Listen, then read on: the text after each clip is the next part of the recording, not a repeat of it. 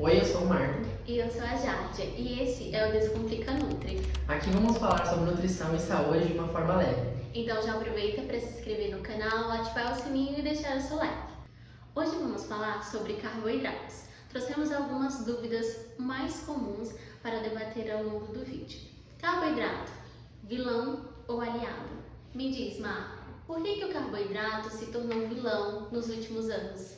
Então, Jardim, nos últimos anos o carboidrato vem sido colocado como vilão, principalmente pela questão do emagrecimento, né? Estão muito focadas hoje as pessoas em emagrecer, então teve essa demonização do carboidrato. Então as pessoas estão focadas, por exemplo, em dietas low carb, de baixo carboidrato. Verdade. Então acredito que hoje é isso. Afinal, para que servem os carboidratos?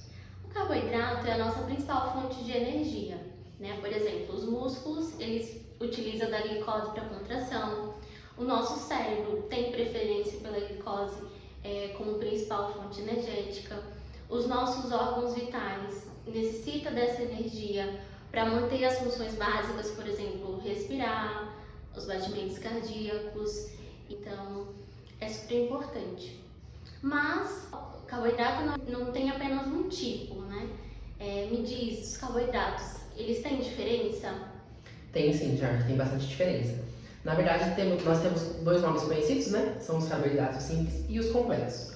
Os simples, geralmente, é aquele carboidrato, por exemplo, um docinho, um açúcar refinado, né? Uma farinha branca. O complexo seria, por exemplo, legume, uma verdura, né? Sim. Uma batata, são vegetais integrais, como arroz integral. A diferença seria simplesmente essa. Entendo.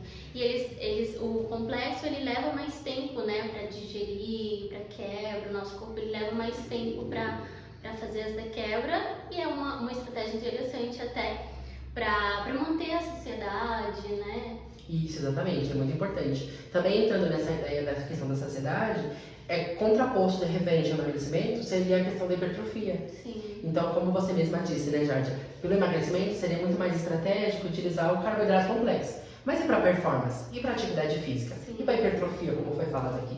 Seria mais importante um volume maior de carboidrato e até um carboidrato simples usado de forma estratégica, como pré-treino, por exemplo. E esse é um tema complexo, a qual a gente pode até trazer depois em outro vídeo, né? Onde a gente pode explicar um pouquinho mais. Tem alguma quantidade certa?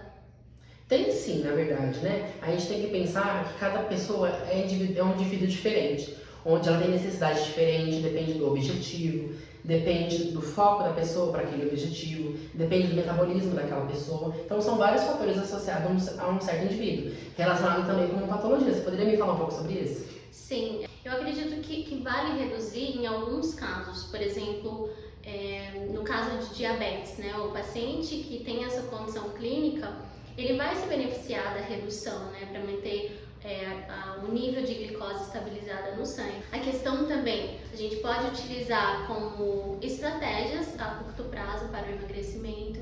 Então dá para fazer redução, lógico que entendendo o caso de cada paciente, porque, por exemplo, no caso de performance de hipertrofia já não seria interessante a redução, porque teria ali literalmente uma redução na performance, no condicionamento, né?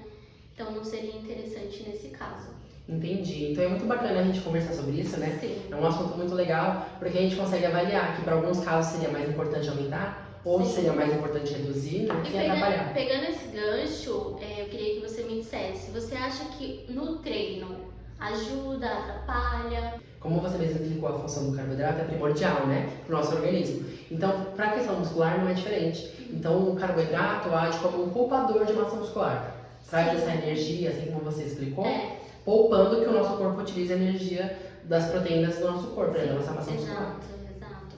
Porque se o paciente, né, se a pessoa ela não tem aquele aporte de carboidrato necessário, o corpo, por defesa, vai acabar utilizando a proteína do músculo, enfim, para trazer essa energia, né? Resumindo, o carboidrato não é vilão. É muito interessante escolhermos muito bem a fonte e a quantidade. E principalmente ter equilíbrio e individualizar. Perfeito, Marcos. Se você gostou desse vídeo, deixe o seu like e comenta aqui nos comentários qual próximo tema você quer ver no Descomplica Nutri. Eu acho que eu troquei. repetir também o